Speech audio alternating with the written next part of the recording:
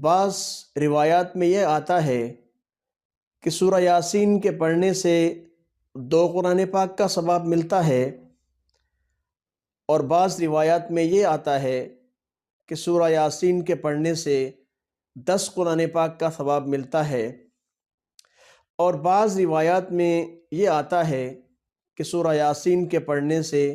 25 قرآن پاک کا ثواب ملتا ہے۔ بزرگان دین نے اپنے تجربات سے 1000 سے زیادہ دفعہ اس کا تجربہ کیا ہے، مختلف طریقے سے اس کو پڑھا ہے اور اس سورہ سے کامیابی حاصل کی ہے، اور جو بھی تجربہ نص کے خلاف نہ ہو وہ معتبر ہوتا ہے، اور عقیدت مند جو قرآن پاک سے